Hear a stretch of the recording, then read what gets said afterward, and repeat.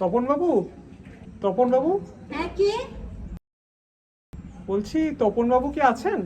না বাবা তো নেই, আপনি আমাকে বলতে পারেন কি হয়েছে। চলুন। আচ্ছা,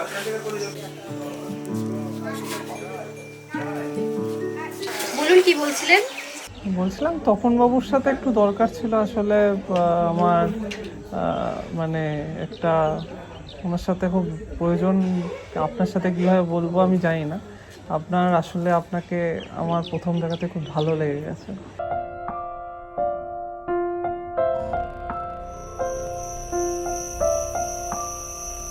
যখন তোমাকে খুব দেখতে ইচ্ছে করে তখন এক দৃষ্টিতে আকাশের দিকে তাকিয়ে থাকি।